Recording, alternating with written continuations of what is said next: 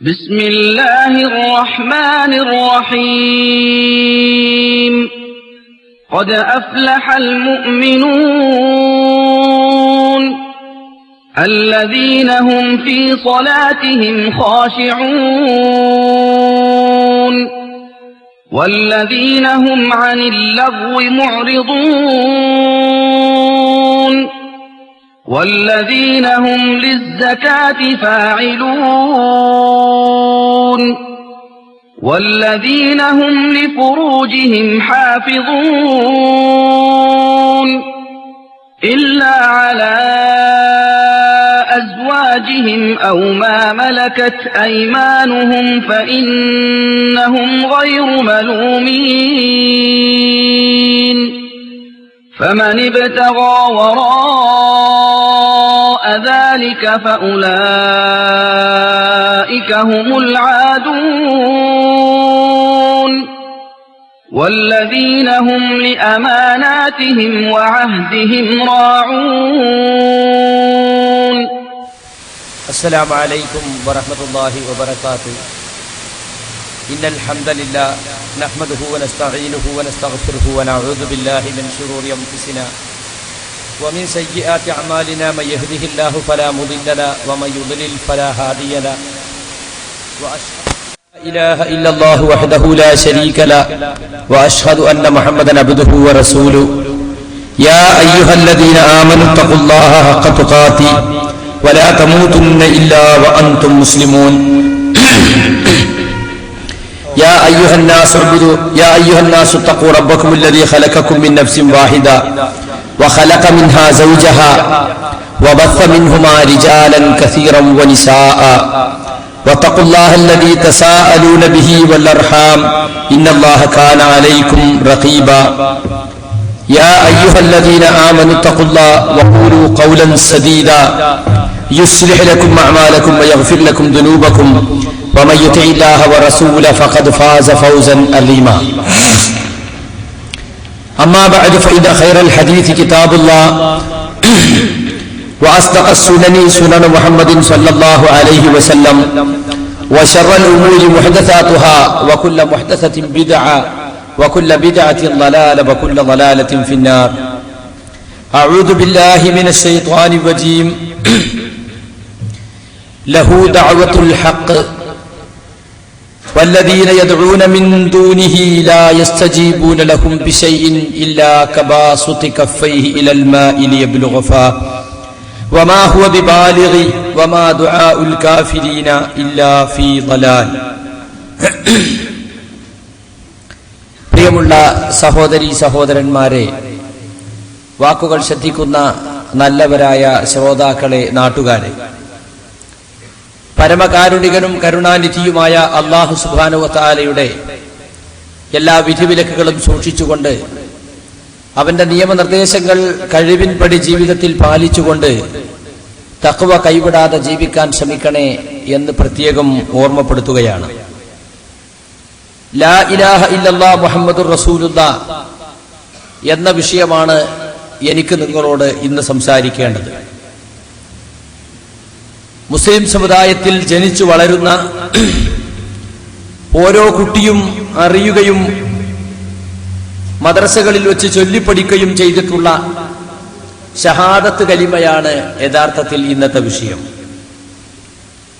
അല്ലാഹുവല്ലാതെ ആരാധനക്കർഹനില്ല, മുഹമ്മദ് നബി അല്ലാഹുവിന്റെ ദൂതനാകുന്നു. ഈ രണ്ട് കലിമകളും അറിഞ്ഞ് അംഗീകരിക്കുമ്പോൾ മാത്രമാണ് ഒരാൾ യഥാർത്ഥത്തിൽ മുസ്ലിമായി തീരുന്നത്. ഈ കലിമകളുടെ അർത്ഥം എല്ലാ വിഭാഗം മുസ്ലിമീങ്ങളും അവരുടെ മദ്രസകളിൽ പഠിപ്പിക്കുന്നുണ്ട്. അഷ്ഹദു അൻ ലാ ഇലാഹ ഇല്ലല്ലാഹ്, അല്ലാഹുവല്ലാതെ ആരാധനക്കർഹനില്ലെന്ന് ഞാൻ സാക്ഷ്യം വഹിക്കുന്നു. വ അഷ്ഹദു അന്ന മുഹമ്മദ് റസൂലുള്ളാഹ്, മുഹമ്മദ് നബി അല്ലാഹുവിന്റെ ദൂതനാണെന്ന് ഞാൻ സാക്ഷ്യം വഹിക്കുന്നു. എല്ലാ വിഭാഗങ്ങളും മദ്രസയിൽ പഠിപ്പിക്കുന്നുണ്ട്.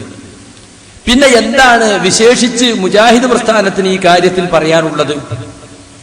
മുജാഹിദ് പ്രസ്ഥാനത്തിന് പറയാനുള്ളതിന്റെ ആകത്തുക ലാ ഇലാഹ ഇല്ലല്ലാഹ് മുഹമ്മദ് റസൂലുള്ളാഹ് എന്ന ഈ രണ്ട് കലിമകളും മനസ്സിലാക്കുന്നതിലും അത് ജീവിതത്തിൽ പകർത്തുന്നതിലും പൂർവകാല മുസ്ലിമീങ്ങൾക്ക് ഉണ്ടായിരുന്ന നിലപാടിൽ നിന്ന് നിലവിലുള്ള മുസ്ലിം സമുദായം പിറകോട്ട് പോയിട്ടുണ്ട്.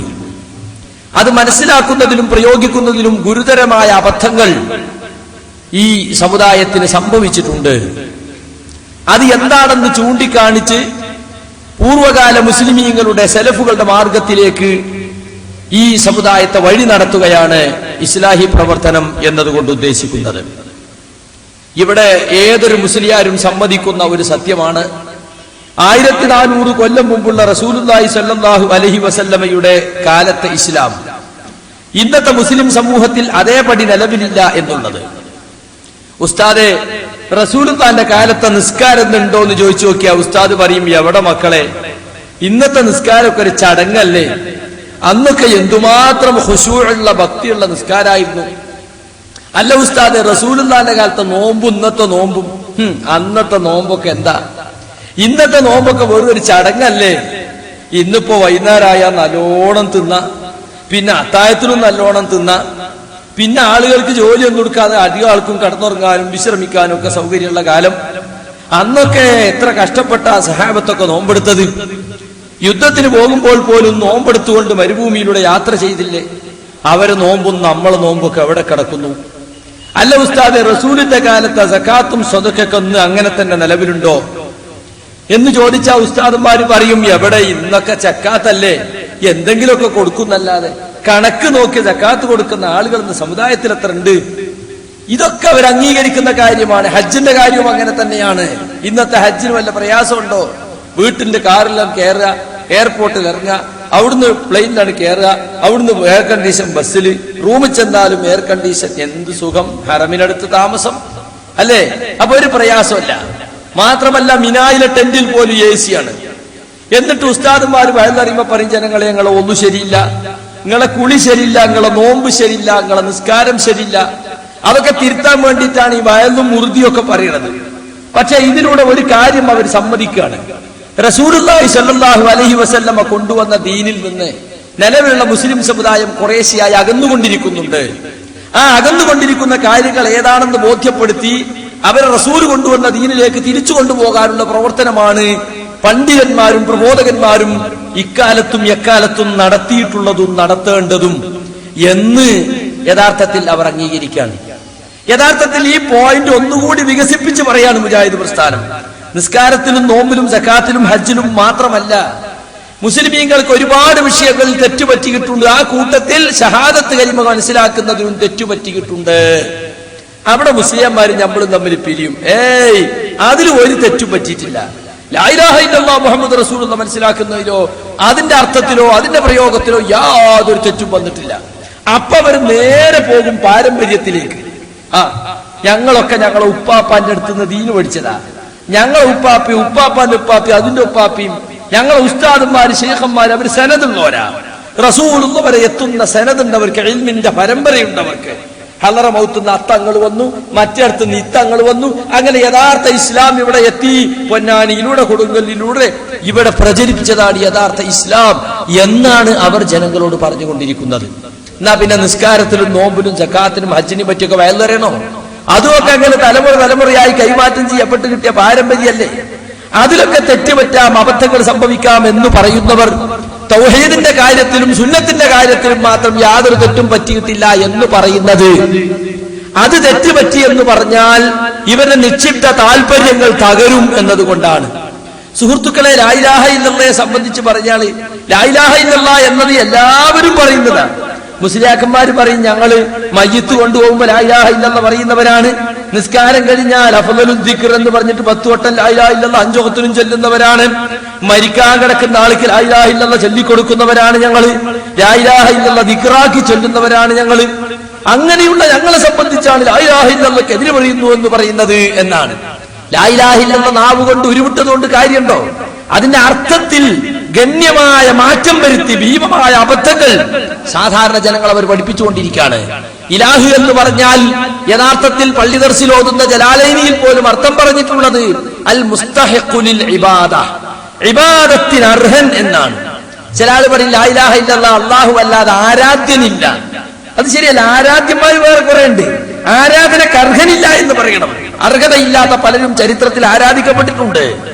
ആദം നബിയുടെ കാലം മുതൽക്ക് ഇങ്ങോട്ട് പരിശോധിച്ചാൽ മനുഷ്യ സമൂഹത്തിൽ എക്കാലത്തും അള്ളാഹുവിന്റെ ഓർമ്മ പലരും ആരാധിക്കപ്പെട്ടിട്ടുണ്ട്. സിഎച്ചിന്റെ ഭാഷ കടമെടുത്ത് പറഞ്ഞ കല്ല് കരട് കാഞ്ഞിരപ്പുറ്റി മുതൽ മുള്ളുവരുടെ മൂക്കമ്പാമ്പ് വരെ എന്ന് അദ്ദേഹം പറഞ്ഞതുപോലെ എല്ലാറ്റിനെയും ആളുകൾ ആരാധിച്ചിട്ടുണ്ട്, ഇന്നും ആരാധിച്ചുകൊണ്ടിരിക്കുന്നുമുണ്ട്. അപ്പൊ അത് യഥാർത്ഥത്തിൽ ലാ ഇലാഹ ഇല്ലല്ലാഹ്ക്കെതിരാണോ അല്ലേ? അതാണ് ഇവിടുത്തെ ചർച്ച. ഇബാദത്തിന് അർഹൻ എന്നാണ് ഇലാഹിനർത്ഥം.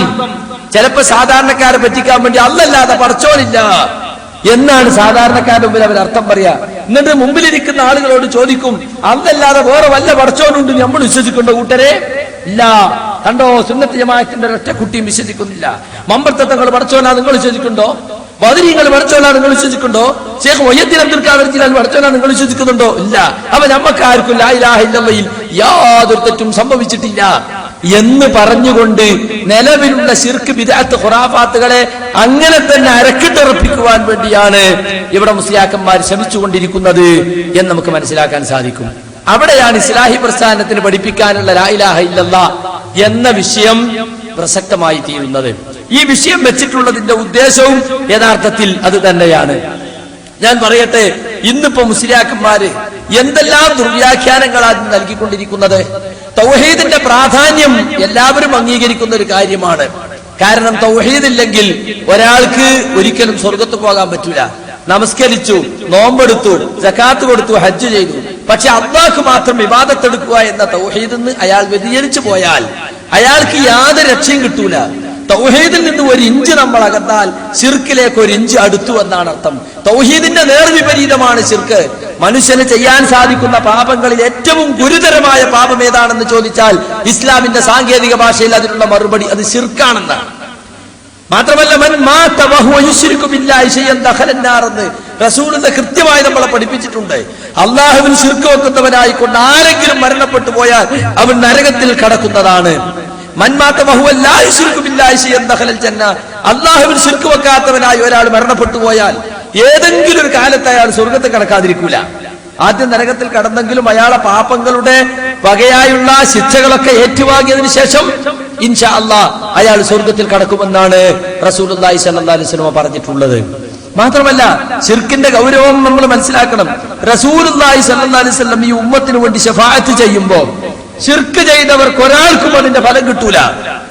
നബി സല്ലല്ലാഹു അലൈഹി വസല്ലം പറഞ്ഞു, ലികുല്ലി നബിയ്യിൻ ദഅവത്തുൻ മുസ്തജാബ, എല്ലാ നബിമാർക്കും ഉത്തരം കിട്ടുന്ന ഒരു പ്രാർത്ഥനയ്ക്കുള്ള അവസരം അല്ലാഹു നൽകി. പല നബിമാരും അവരുടെ ജീവിതകാലത്ത് ആ പ്രാർത്ഥന ഉപയോഗപ്പെടുത്തി.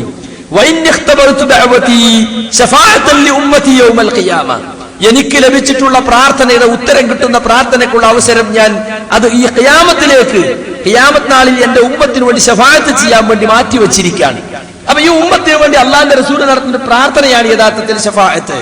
എന്നിട്ട് നബി പറയാണ്, ഫഹിയ നായിലത്തുൻ ഇൻഷാ അല്ലാഹ് മൻ മാത മിൻ ഉമ്മതി ലാ യുശ്രികു ബില്ലാഹി ശൈആ, എന്റെ ആ ശുപാർശ എന്റെ ഉമ്മത്തിൽ നിന്നും ശിർക്ക് ചെയ്യാത്തവരായി മരണപ്പെട്ടു പോയ എന്റെ ഉമ്മത്തിൽപ്പെട്ട ആളുകൾക്ക് ലഭിക്കുന്നതാണ്.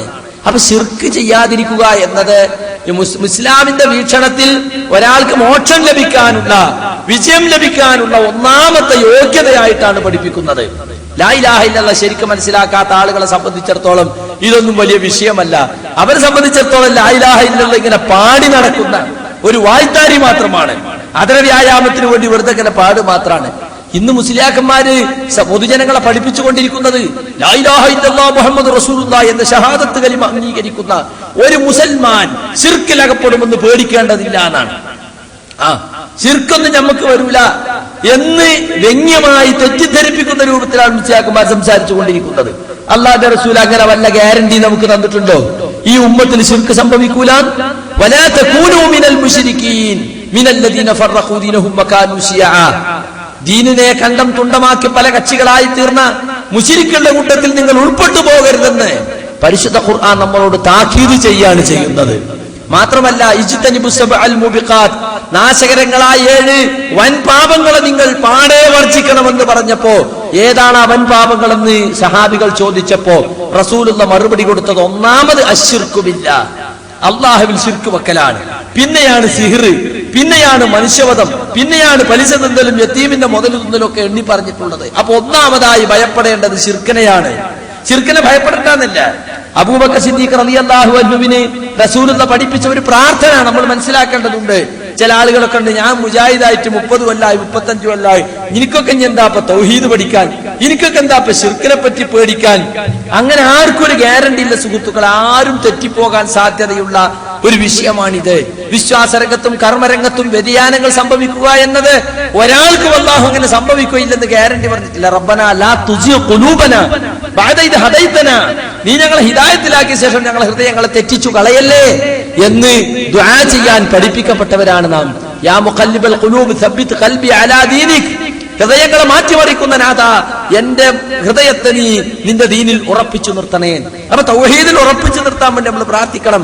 അബൂബക്കർ സിദ്ദീഖ് റളിയല്ലാഹു അൻഹു റസൂലിനോട് ചോദിക്കാണ്, ശിർക്കിന്റെ സൂക്ഷ്മവും സ്ഥൂലവുമായ എല്ലാ അംശങ്ങളിൽ നിന്നും എനിക്ക് രക്ഷ കിട്ടാൻ റസൂലുള്ളാഹി എനിക്കൊരു ദുആ പഠിപ്പിച്ചു തരണം. റസൂലുള്ളാഹി പഠിപ്പിച്ചെടുത്ത അല്ലാഹുമ്മ ഇന്നി അഊദു ബിക മിൻ അൻ ഉശ്രിക ബിക വ അന ആലം വഅസ്തഗ്ഫിറുക മിമ്മാ ലാ ആലം. അല്ലാഹുവേ, ഞാൻ അറിഞ്ഞുകൊണ്ട് നിന്നിൽ പങ്കു ചേർക്കുന്നതിൽ നിന്ന് ഞാൻ നിന്നോട് രക്ഷ ചോദിക്കുന്നു. ഞാൻ അറിയാതെ എന്നിൽ ശിർക്ക് വരുന്നതിനെ സംബന്ധിച്ച് ഞാൻ നിന്നോട് പൊറുക്കലിനെ തേടുന്നു എന്ന ദുആ നമ്മൾ പറയണം. എന്നാലേ ശിർക്കിന്റെ ചെറുതും വലുതുമായ അംശങ്ങളിൽ നിന്ന് രക്ഷ നേടുകയുള്ളൂ എന്നാണ് റസൂലുള്ളാഹി സ്വല്ലല്ലാഹു അലൈഹി വസല്ലം അബൂബക്കർ സിദ്ദീഖിനെ പഠിപ്പിച്ചത്. അപ്പൊ ശിർക്കിനെ സംബന്ധിച്ച് പേടിക്കണ്ട എന്നത് മുസ്ലിയാക്കന്മാര് സാധാരണക്കാരെ വഴിതെറ്റിക്കാൻ വേണ്ടി പറഞ്ഞുകൊണ്ടിരിക്കുന്ന കാര്യമാണ്. തൗഹീദിന് വിരുദ്ധമായ വല്ല വിശ്വാസങ്ങളും വല്ല ആചാരങ്ങളും എന്റെ ജീവിതത്തിൽ ഉണ്ടോ എന്ന് ഇടയ്ക്കിടെ പരിശോധിക്കേണ്ടത് ഓരോ മുസൽമാന്റെയും കടമയാണ്. കാരണം അത്രയും വലിയ വിഷമാണ് സുഹൃത്തുക്കളെ ശിർക്ക് എന്ന് പറയുന്നത്. അത് സംഭവിച്ചാൽ പിന്നെ ഒരിക്കലും നമുക്ക് സ്വർഗത്തിലെത്താൻ കഴിയില്ല. ഇന്ന് നമ്മുടെ സമുദായത്തിൽ നിലനിൽക്കുന്ന ശിർക്കിന്റെ ഏറ്റവും വലിയ മേഖല അല്ലാഹു അല്ലാത്തവരോടുള്ള പ്രാർത്ഥന തന്നെയാണ്. അതിൽ യാതൊരു സംശയവുമില്ല. അമ്പിയാക്കൾ വന്ന സമൂഹത്തിലൊക്കെ പലതരത്തിലുള്ള ജീർണതകളും ഉണ്ടായിരുന്നെങ്കിലും ആ ജീർണതകളെക്കാളൊക്കെ ഏറെ പ്രവാചകന്മാർ പ്രാധാന്യപൂർവ്വം അവരെ ഉണർത്തിയത് ഈ സംബന്ധിച്ചായിരുന്നു. ഒരു സമൂഹത്തെ അഭിസംബോധന ചെയ്ത ഒന്നാമത്തെ പ്രവാചകനാണല്ലോ ഹസ്രത്ത് നൂഹ് നബി അലൈഹി സ്വലാത്തു വസ്സലാം. തന്റെ സമൂഹത്തിൽ മരിച്ചു പോയിരുന്ന വദ്, സുവാ, യഗൂത്ത്, യഊഖ്, നസ്ർ തുടങ്ങിയ 4-5 മഹാത്മാക്കളെ ബിംബങ്ങൾ ഉണ്ടാക്കി ആരാധിച്ചിരുന്ന ഒരു ഖൗമിലേക്കാണ് നൂഹ് നബി അലൈഹി സ്വലാത്തു വസ്സലാം കടന്നു വരുന്നത്. യാ ഖൗമി അബ്ദുല്ലാഹ് മാ ലക്കും മിൻ ഇലാഹിൻ ഗൈറു, എന്റെ ജനങ്ങളെ നിങ്ങൾ അല്ലാഹുവിനെ ആരാധിക്കണം, നിങ്ങൾക്ക് അവന് പുറമെ യാതൊരു ആരാധ്യനുമില്ല എന്നാണ് നൂഹ് നബി അലൈഹി സ്വലാത്തു വസ്സലാമിന്റെ പ്രബോധന കാര്യത്തിൽ പ്രാധാന്യപൂർവ്വം ഖുർആൻ നമ്മളെ പഠിപ്പിക്കുന്നത്. അപ്പൊ ആദം നബി പഠിപ്പിച്ച ആദം നബിയുടെ പിന്മുറക്കാരാണ് ഈ വഴിതെറ്റിപ്പോയ മനുഷ്യന്മാര്. ആദം നബി ഏതാണ്ട് 10 തലമുറയുണ്ടെന്നാണ് തഫ്സീറുകളിൽ കാണുന്നത്. 10 തലമുറയായപ്പോഴേക്കും എവിടെ എത്തി? അള്ളാഹുവിനെ മാത്രം ആരാധിക്കണമെന്ന് പഠിപ്പിച്ച ആദം നബിയുടെ മക്കളായി വന്നിട്ടുള്ള ആ തലമുറ ആദം നബിയുടെ പേരക്കുട്ടികളിൽ നിന്നും മരിച്ചുപോയ വദ്ദിനെയും സുവാഇനെയും ബിംബങ്ങൾ ഉണ്ടാക്കി ആരാധിക്കുന്ന അവസ്ഥ വന്നു. അങ്ങനെയാണ്. അതിനെ സംബന്ധിച്ച് ഇബ്നു അബ്ബാസ് റളിയല്ലാഹു അൻഹു പറഞ്ഞിട്ടുണ്ട്, ഒരു സുപ്രഭാതത്തിൽ അങ്ങ് ആരാധിക്കപ്പെട്ടതല്ലാതെ പിന്നെയോ ആദ്യം ആദരിക്കാനും ബഹുമാനിക്കാനും വേണ്ടി അവരെ ചിത്രങ്ങളും രൂപങ്ങളും ഉണ്ടാക്കുകയാണ്. അത് ആദ്യം ഓർമ്മിക്കാൻ വേണ്ടി മാത്രമായിരുന്നു. ഇവരൊക്കെ വലിയ വലിയ കൂട്ടരല്ലേ, പെട്ടെന്ന് എങ്ങനെ മറന്നു പോകാൻ പറ്റും ഇവരൊക്കെ എന്ന നിലക്കുണ്ടാക്കിയതാണ്. പക്ഷേ പിശാചിനെ സംബന്ധിച്ചിടത്തോളം അവന്റെ പ്രധാന ലക്ഷ്യം എന്താണ്? മനുഷ്യനെ ശിർക്കിലെത്തിച്ച് നരകത്തിലെത്തിക്കുക. അതല്ല, അല്ലാഹുവിനോടൊപ്പം വെല്ലുവിളി നടത്തിയതാണ്. ശപിച്ച് പുറത്താക്കിയപ്പോ നീ ഇവിടെ ഇറങ്ങിപ്പോ എന്ന് പറഞ്ഞപ്പോ ലഅഖുദന്ന ലഹും സിറാത്തകൽ മുസ്തഖീം ثم لآتينهم من بين أيديهم ومن خلفهم وعن أيمانهم وعن شمائلهم ولا تجد أكثرهم شاكرين. പടച്ചവനെ, നീ എന്നെ ശപിച്ച് പുറത്താക്കിയല്ലോ, എന്നെ വഴിവെച്ചവനായി പ്രഖ്യാപിച്ചല്ലോ. എന്നാൽ ഞാനിതാ പറയുന്നു, നിന്റെ അടിമകൾ നിന്റെ സിറാത്തുൽ മുസ്തഖീമിൽ ചൊവ്വായ മാർഗത്തിൽ പ്രവേശിച്ചാൽ അവർക്ക് തടസ്സമായി ഞാൻ അവിടെ കുത്തിയിരിക്കും. മുമ്പിലൂടെയും പിന്നിലൂടെയും വലഭാഗത്തൂടെയും ഇടഭാഗത്തൂടെയും നാനാവശങ്ങളിലൂടെ ഞാൻ അവരെ സമീപിച്ച് വഴിതെറ്റിക്കുന്നതാണ്. നിനക്ക് നന്ദി കാണിക്കുന്നവരായി അവരിൽ ഭൂരിപക്ഷത്തെയും നിനക്ക് കണ്ടെത്താനേ കഴിയില്ല എന്ന് പറഞ്ഞാൽ നന്ദികേട്, കുഫ്ർ, ഏറ്റവും വലിയ കുഫ്ർ അല്ലാത്തവരെ ആരാധിക്കലാണ്. മനുഷ്യന് ചെയ്യാൻ സാധിക്കുന്ന കുഫറിന്റെ കൂട്ടത്തിൽ ഏറ്റവും ഗുരുതരമായ കുഫർ അതാണ്. ആ കുഫർ ചെയ്യിക്കാൻ വേണ്ടി പിശാച് ആദ്യകാലം മുതൽക്കേ ശ്രമിച്ചു. വദ്ദിന്റെയും സുവായിന്റെയും ഒക്കെ ചിത്രമുണ്ടാക്കിയപ്പോ കേവലം ഓർമ്മക്ക് വേണ്ടിയാണ്. നമ്മളൊക്കെ പല വീടുകളിലും കാണാം, എന്റെ ഉപ്പാന്റെ ഫോട്ടോ, അത് മൂപ്പര് വലിയ ജമ്മിയായിരുന്നു ഇവിടുത്തെ, മൂപ്പര് വലിയ പോക്കിരിയായിരുന്നു ഇവിടുത്തെ, എന്നിട്ട് ഇങ്ങനെ എല്ലാവരും ചെയ്ത് വെച്ചിട്ടുണ്ടാവും, ഞാൻ ഇന്നയാളെ പേരക്കുട്ടിയാണ് അല്ലേ. യഥാർത്ഥത്തിൽ ഓർമ്മക്ക് വേണ്ടിയാണ്. ആർക്കറിയാം അത് ആരാധിക്കപ്പെടുകയില്ലെന്ന്? നിങ്ങൾ ആലോചിച്ച് നോക്കൂ, ഇന്നെങ്ങാനും മുഹമ്മദ് മുസ്തഫ സല്ലല്ലാഹു അലൈഹി വസല്ലമയുടെ ഒരു ഫോട്ടോ ഉണ്ടായിരുന്നെങ്കിൽ എന്തായിരിക്കും സ്ഥിതി? ഷിയാക്കൾ കൊണ്ടിറക്കുന്നുണ്ടോ ഫോട്ടോ? ഈ പേരോടിനും കൂട്ടർക്കും കിട്ടായിട്ടാവും ചിലപ്പോ. ഞാൻ കണ്ടിട്ടുണ്ട്, ബോംബെയിൽ പോയപ്പോ ബോംബെ ഇസ്ലാഹിന്റെ തൊട്ടപ്പുറത്ത് ആഗാ ഖാൻ എന്ന് പറയുന്ന ഷിയാക്കളുടെ ഒരു ഗ്രൂപ്പിന്റെ ഒരു ആരാധനാ കേന്ദ്രമുണ്ട്. അപ്പൊ ഞങ്ങളിങ്ങനെ പോയി നോക്കി. അപ്പൊ പോയി നോക്കിയപ്പോൾ ചോദിച്ചൊരു പെണ്ണ് കണ്ടവര് ചെട്ടിച്ചെന്നു, നരക്കൈ കുപ്പായിട്ട് ഒരു സാരി തലപ്പ് ഇങ്ങനെ ഇട്ടിട്ട് അതൊന്ന് പറഞ്ഞു. അവരുടെ ഫോട്ടോ ഇരിക്കണം, ഒരു കുടുംബ ഫോട്ടോ.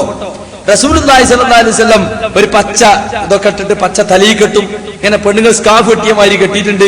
ഒരു തുടമ്പല് ഹസൻ ഉണ്ട്, ഒരു തുടമ്പ ഹുസൈൻ ഉണ്ട്, ഇപ്പുറത്തെ അലി ഉണ്ട്, അപ്പുറത്തെ ഫാത്തിമ ബീവി ഉണ്ട്. ഒന്നായിട്ട് മൂടിയിട്ട് മുഖം കൂടി കാണാത്ത ഒരു കുടുംബ ഫോട്ടോ. അലി ഹേ, അലി ഖറമല്ലാഹു അലൈഹി ഹേ. അതുപോലെ തന്നെ ഇത് ഹസൻ ഹേ, ഹുസൈൻ ഹേ. ഈ തള്ള ഞങ്ങൾക്ക് മേടിച്ചു തരാ. കോൻ ഹേ, നബി അക്രം സല്ലല്ലാഹു അലൈഹി വസല്ലം ഹേ എന്നാ. ഫോട്ടോ ആരാധിക്കാണ് ആഗാ ഖാന്റെ കൂട്ടര്. അപ്പൊ റസൂലുള്ളാഹി സ്വല്ലല്ലാഹു അലൈഹി വസല്ലം ഭാവനയിൽ നിന്ന് രൂപപ്പെടുത്തിയെടുത്തിരിക്കുക. ഈസാ നബിയുടെ ഫോട്ടോ ആരോ പിൽക്കാലത്ത് ഉണ്ടാക്കിയതാണല്ലോ അല്ലെ, മുടി ഇങ്ങനെ വലിയതാക്കിയ ഈസാ നബിന്റെ ഫോട്ടോ.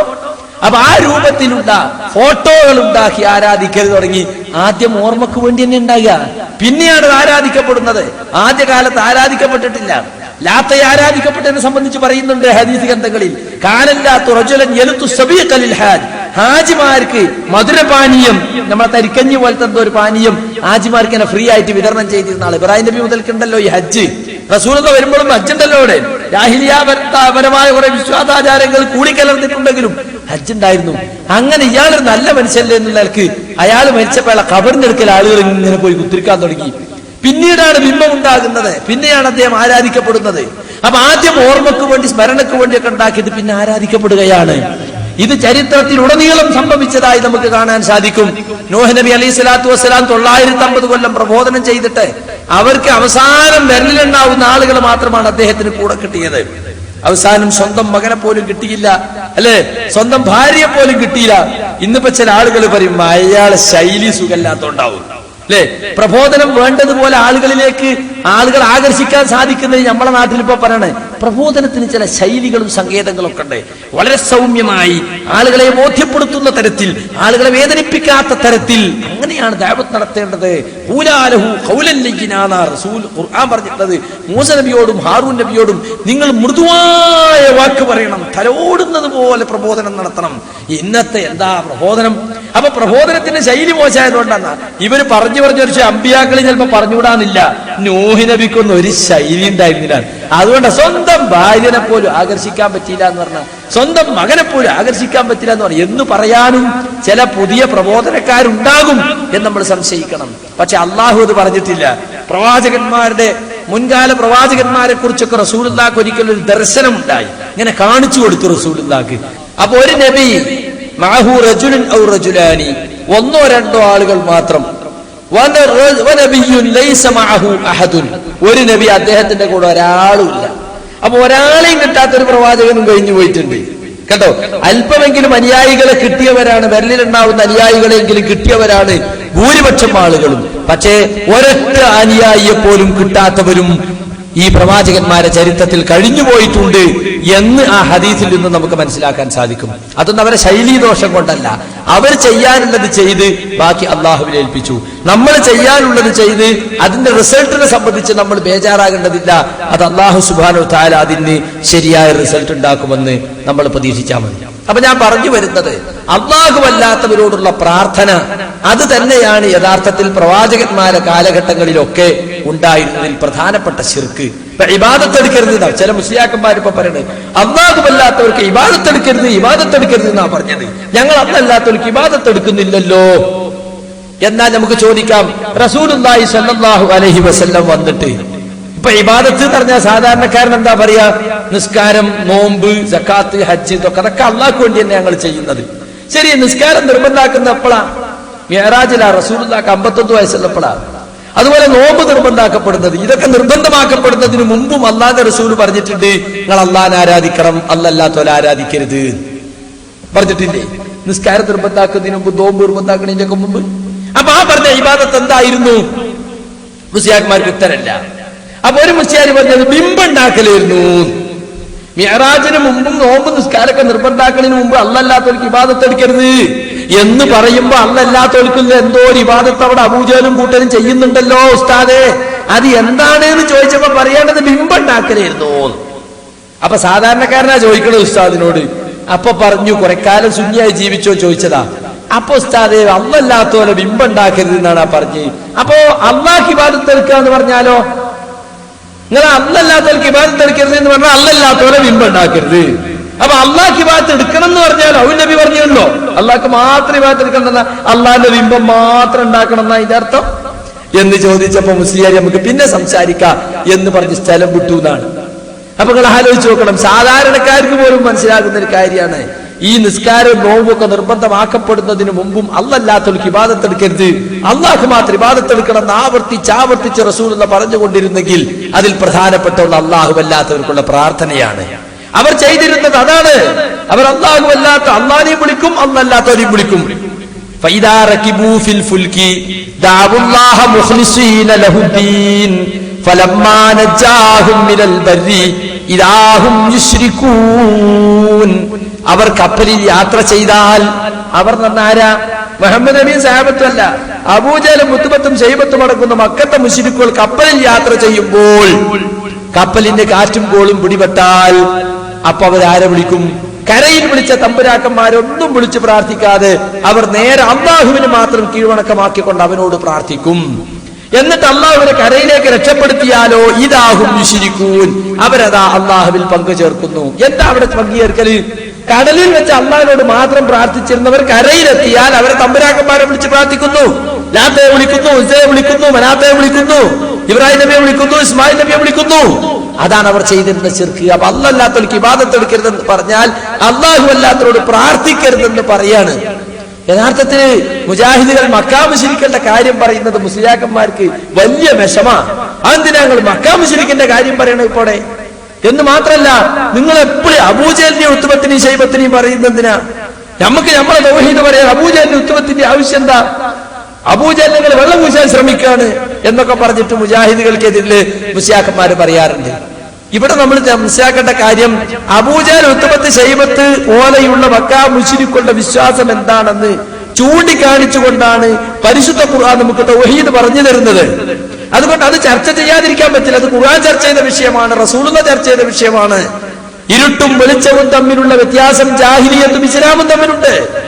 ഏതൊക്കെ ജാഹിലിയ വിശ്വാസങ്ങളെയാണ് ഖുർആൻ തുടച്ചു നീക്കിയത്, ഏതൊക്കെ ജാഹിലിയ വിശ്വാസങ്ങളെയാണ് ഹദീസിലൂടെ റസൂലുള്ളാഹി തുടച്ചു നീക്കിയത് എന്ന് മനസ്സിലാകണമെങ്കിൽ ഇസ്ലാമും ജാഹിലിയത്തും തമ്മിലുള്ള വ്യത്യാസം മനസ്സിലാകണം. അതാണ് ക്രാന്തദർശിയായിരുന്ന ഹസ്രത്ത് ഉമറുൽ ഫാറൂഖ് റളിയല്ലാഹു അൻഹു പറഞ്ഞത്.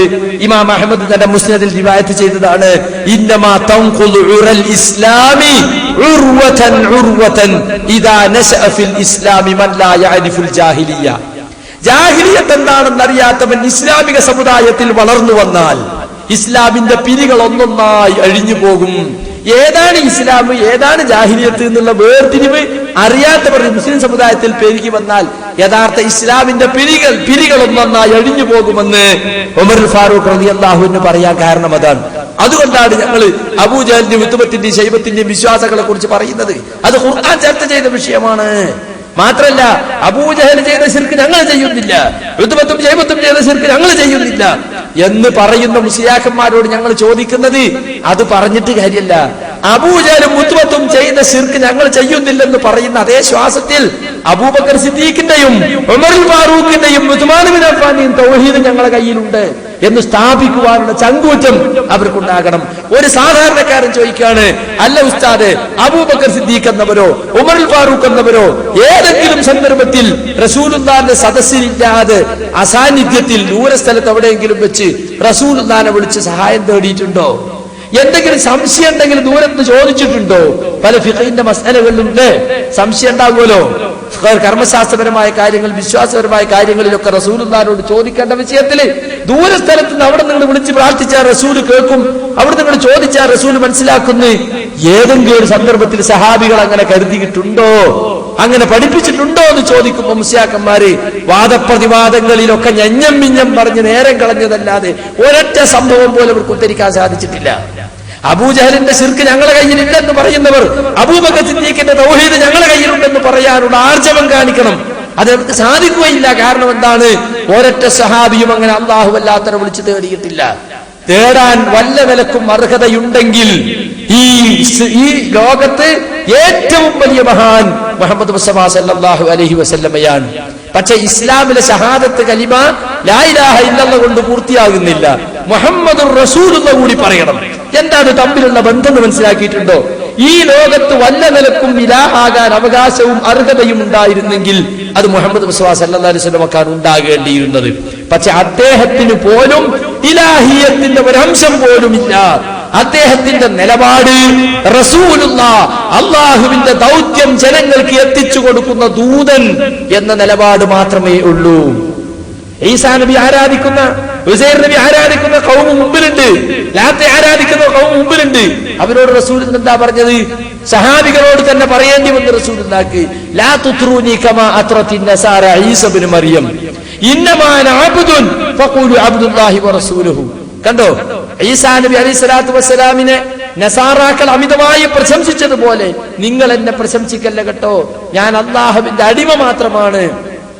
അതുകൊണ്ട് അബ്ദുല്ലാഹ് വറസൂലുഹു, അള്ളാഹുവിന്റെ ദാസനും അവന്റെ ദൂതനും, ഇത് മാത്രമേ നിങ്ങൾ എന്നെ കുറിച്ച് പറയാവൂ, അതിനപ്പുറം എന്നെ പ്രശംസിച്ചു പറയരുതെന്ന് റസൂലുള്ളാഹി സ്വല്ലല്ലാഹു അലൈഹി വസല്ലമ അവരോട് പറയണ്ടായി, സഹാബികളോട് പറയണ്ടായി. വഫീനാ നബിയ്യുൻ യഅലമു മാ ഫീ ഗദിൻ, നാളത്തെ കാര്യം അറിയുന്ന ഒരു നബി ഞങ്ങളെ കൂട്ടത്തിലുണ്ടെന്ന് ചെറിയ പെൺകുട്ടികൾ പാട്ടുപാടിയപ്പോ കുട്ടികളല്ലേ സാരില്ലാതുള്ളവർക്ക് റസൂലിനെ വിട്ടില്ല. അത് പാടാൻ പാടില്ല, അത് പാടാൻ പാടില്ലെന്ന് പറഞ്ഞു. തന്നെ കുറിച്ച് ഇല്ലാത്തൊരു പ്രശംസ പറഞ്ഞപ്പോ തിരുത്തി കൊടുക്കാണ് റസൂലുള്ളാഹി സ്വല്ലല്ലാഹു അലൈഹി വസല്ലം ചെയ്തത്. എന്നാ നമ്മളെ മൗലിദ് കിതാബിലോ അബ്ദുകൽ മിസ്കീനു യർജു ഫളിലകൽ ജമ്മൽ ഗഫീർ ഫീക ഖദ് അഹ്സൻതു ലന്നി യാ ബശീറു യാ നദീർ. ചിഞ്ചിലെന്നും ചിലചിലെന്നും അല്ലെ മുസ്ലിയാക്കന്മാരിങ്ങനെ പുതിയ ട്യൂണൊക്കെ ഉണ്ടാക്കിയതാണ്. അബ്ദുകൽ മിസ്കീനു യർജു, പാവപ്പെട്ട ഈ അടിമ ആഗ്രഹിക്കുന്നു. ഷറഫലന മൗലിദിലുള്ളതാ. ഏതായി പാവപ്പെട്ട അടിമ? ഈ മൗലൂദ് ഒന്ന് ചെങ്ങായിനെ പറ്റിയാ പറയണേ. എന്ത്? ഫദ്ലക്കൽ ജമ്മൽ ഗഫീറു, നബിയെ അങ്ങയുടെ ധാരാളമായ കനിവും കൃപയും ഈ പാവപ്പെട്ട അടിമ ആഗ്രഹിക്കുകയാണ്. ആരുടെ അടിമേ? അബ്ദുക്കാൻ അള്ളഹാനോടല്ല പറയണത്, മുഹമ്മദ് നബിയോടാ പറയണത്. കാരണം എന്താ? പിന്നെ അടുത്ത വാചകം നബിയെ വിളിച്ചുകൊണ്ടാ പിന്നെ പറയുന്നത്. ഫദ്ലക ഫീക ഖദ് അഹ്സൻതു ലന്നി യാ ബശീറു യാ നദീർ. ബശീറും നദീറും റസൂലുള്ളാഹിന്റെ പേരാ. സന്തോഷ വാർത്ത അറിയിക്കുന്നവർ സ്വർഗത്തെ കുറിച്ച്, നദീർ നരകത്തെ കുറിച്ച് മുന്നറിയിപ്പ് നൽകുന്നവർ. വമാ അർസൽനാക ഇല്ലാ കാഫത്തൽ ലിന്നാസി ബശീറൻ വനദീറാ വലാകിന്ന അക്തറന്നാസി ലാ യഅലമൂൻ. സൂറത്ത് സബയിൽ അല്ലാഹു പറഞ്ഞു, ലോകർക്കാകമാനം സന്തോഷ വാർത്ത അറിയിക്കുന്ന ബശീറും ലോകർക്കാകമാനം മുന്നറിയിപ്പ് നൽകുന്ന നദീറുമായിട്ടല്ലാതെ നിങ്ങളെ നാം നിയോഗിച്ചിട്ടില്ല നബിയെ. പക്ഷെ അധികം ആളുകൾക്കും ഇതറിഞ്ഞുകൂടാ. അപ്പൊ ബശീറും നദീറും എന്ന പേര് റസൂലുള്ളാഹിന്റെ പേരാണ്. ആ പേരെടുത്ത് വിളിച്ചുകൊണ്ട് നബിയെ നിങ്ങളെ കുറിച്ചുള്ള എന്റെ വിശ്വാസം ഞാനിതാ നന്നാക്കിയിരിക്കുന്നു. ഫഅഗിത്നി വഅജിർനി യാ മുജീറു മിനസ്സഈർ യാ ഗിയാതി യാ മലാദി ഫീ മുലിമ്മാത്തിൽ ഉമൂർ. ഫഅഗിത്നി, എന്നെ സഹായിക്കണം നബിയെ. വഅജിർനി, എന്നെ രക്ഷപ്പെടുത്തണം നബിയെ. കണ്ടോ? ഫഅഗിത്നി വഅജിർനി യാ മുജീറു മിനസ്സഈരി, കത്തിക്കരിയുന്ന നരകത്തിൽ നിന്നും രക്ഷപ്പെടുത്തുന്നവരെ. തീർന്നില്ല. യാ മുജീറു മിനസ്സഈർ, പിന്നെ യാ ഗിയാതി, എന്റെ സഹായമേ. യാ മലാദി, എന്ന അഭയസ്ഥാനമേ. ഫീ മുലിമ്മാത്തിൽ ഉമൂർ, വിഷമകരങ്ങളായ കാര്യങ്ങൾ ഉണ്ടാകുമ്പോൾ എനിക്ക് അഭയം നൽകുന്ന കേന്ദ്രമേ എന്ന് റസൂലുള്ളാഹിനെ വിളിക്കുകയാണ്. കണ്ട നിങ്ങള്? അപ്പോ ഇവിടെ ആരാപ്പ അബ്ദ്, ആരാണ് റബ്ബ്? മുഹമ്മദ് നബിയെ റബ്ബിന്റെ സ്ഥാനത്തേക്ക് ഉയർത്തിയിട്ട് മൗലൂദ് ഓതുന്നവൻ റസൂലുള്ളാഹിന്റെ അടിമയായി. ഇത് പറഞ്ഞപ്പോ ചില സഖാഫികൾ പറഞ്ഞു റസൂലുള്ളാഹിക്ക് അടിമ ഉണ്ടായിരുന്നു, റസൂലുള്ളാഹിന്റെ കാലത്ത് അടിമ സമ്പ്രദായം ഉണ്ടായിരുന്നു, സെയ്ദ് ബിൻ ഹാരിസ റസൂലിന്റെ അടിമയായിരുന്നു. ഇത് സെയ്ദ് ബിൻ ഹാരിസയുള്ള മൗലൂദ് അത് തന്നെ. നിങ്ങളെ ബാല്യക്കാരനായ ഞാൻ നബിന്റെ മുഖത്ത് നോക്കി പറഞ്ഞ വരുത്താൻ അത്. ഇത് എത്രയോ കാലം കഴിഞ്ഞിട്ട് ഏതോ ഒരു ഖുറാബി എഴുതി കൂട്ടിണ്ടാക്കിയതല്ലേ ഷറഫലന മൗലിദ്. 1400 കൊല്ലം മുമ്പ് ജീവിച്ച റസൂലുള്ളാഹിക്ക് ഇന്നിവിടെ കോഴിച്ചനമലും രാമനാട്ടിയും കോഴിക്കോട് അടിമ ഉണ്ടാവുമോ? എന്തായി പറയുന്നത്? അത് ആ അർത്ഥത്തിലുള്ള ലൗകിക അർത്ഥത്തിലുള്ള അടിമത്തമല്ല, അലൗകിക അർത്ഥത്തിലുള്ള അബ്ദ് തന്നെയാണ് അവിടെ പറഞ്ഞിട്ടുള്ളത്. അങ്ങനെ അബ്ദ് എന്ന് പറയരുത് എന്ന് പറഞ്ഞിട്ടുണ്ട് സാധാരണ അടിമക്ക്. അവിടെ ഫതാ ഫതാത്തി, എന്റെ ബാല്യക്കാരൻ എന്റെ ബാല്യക്കാരത്തിനെ പറയാവൂ. എന്റെ അടിമ എന്റെ ദാസി എന്ന് നിങ്ങൾ പറയാൻ പാടില്ല എന്ന്. അപ്പൊ ആ അടിമയല്ല ഇവിടെ ഉദ്ദേശം. യഥാർത്ഥത്തിൽ 1400 കൊല്ലത്തിന് ശേഷം ഇവിടെ ചെന്ന് സാധാരണ അർത്ഥത്തിലുള്ള അടിമയാണ്. അള്ളാന്റെ അടിമ പോലെ റസൂലിന്റെ അടിമ. റസൂലിന് അടിമ ഉണ്ടാകണമെങ്കിൽ റസൂല് റബ്ബാകണ്ടേ? ഇവനെ നാക്കിയിട്ടുണ്ട്. മഹമൂദ് മാല എന്ന് പറഞ്ഞിട്ട് സബീനയിലൊരു മാലുണ്ട്. റസൂലുള്ളാഹിനെ പ്രശംസിക്കാൻ വേണ്ടി എഴുതി കൂട്ടിയതാണ്. ആരാ ഉണ്ടാക്കിയെന്ന് ചോദിക്കരുത്. ഒന്നിനും അഡ്രസ് ഇല്ലാത്തപ്പോ പിന്നെ ഇതിന് അഡ്രസ് ഉണ്ടാവില്ലല്ലോ. മീമറ്റ അഹ്മദും ഞാനെന്ന് ചൊന്നോവർ, വീണ്ടും ആയിനാറ്റ അറബി ഞാനെന്നോവർ. മീമറ്റ അഹമ്മദ് ഞാനാണ് എന്ന് റസൂല് പറഞ്ഞു. അഹമ്മദ് എഴുതിട്ട് മീമ അങ്ങോട്ട് വായിച്ച അഹദ്, അറബി എഴുതിട്ട് അതിനങ്ങോട്ട് വായിച്ച ഫത്തവും കസൂറൊന്നും ഉണ്ടാവില്ലല്ലോ. അപ്പൊ റബ്ബ് എന്നാ പിന്നെ വായിക്കുക. അപ്പൊ ഞാൻ അഹദാണ്, ഞാൻ റബ്ബാണെന്ന് നബി സല്ലല്ലാഹു അലൈഹി വസല്ലം തന്നെ കുറിച്ച് പറഞ്ഞു എന്ന് മഹമൂദ് മാലക്കാരൻ അവകാശപ്പെടുകയാണ്. ഇതിനേക്കാളും വലിയ ഹിമാലയം നുണുണ്ടോ? റസൂലുള്ളാഹി സ്വല്ലല്ലാഹു അലൈഹി വസല്ലം അങ്ങേയറ്റത്തെ വിനയം കാണിച്ചിരുന്ന വ്യക്തിയാണ്. ഞാൻ നേരത്തെ പറഞ്ഞില്ലേ, നിങ്ങൾ എന്നെ പ്രശംസിക്കല്ലേ, ഈസാ നബിയെ കുറിച്ച് പ്രശംസിച്ചതുപോലെ നിങ്ങൾ എന്നെ പ്രശംസിക്കല്ലേ. അതിനാണ് ബൂസീരിക്കാരൻ പറഞ്ഞത് ആ വാക്ക് മാത്രം നിങ്ങൾ പറയല്ലോ. എന്ത് ക്രിസ്ത്യാനികൾ പറഞ്ഞത്